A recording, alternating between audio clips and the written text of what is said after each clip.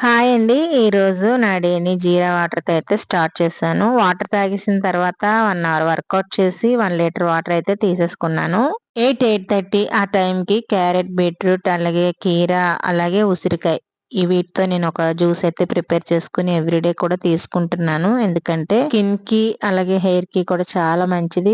Ice కూడా చాలా మంచిదండి. అలాగే నేను బాదం కూడా తీసుకున్నాను ఒక 4. ఇక బ్రేక్‌ఫాస్ట్ అయితే స్కిప్ చేసేసాననమాట.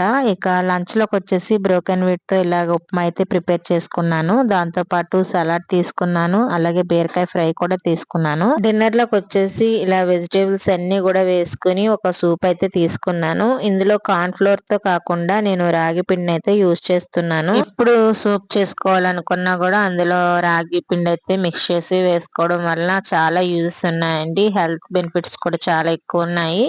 అందుకని చెప్పి నేనెప్పుడు సూప్ చేసుకున్నా ఈ రాగి పిండిని యూజ్ చేస్తున్నాను. అలాగే ఇక పడుకునే ముందైతే ఇలా సోంపు వాటర్ అయితే తీసేసుకున్నాను. మీ అందరికీ వ్లాగ్ నచ్చిందా?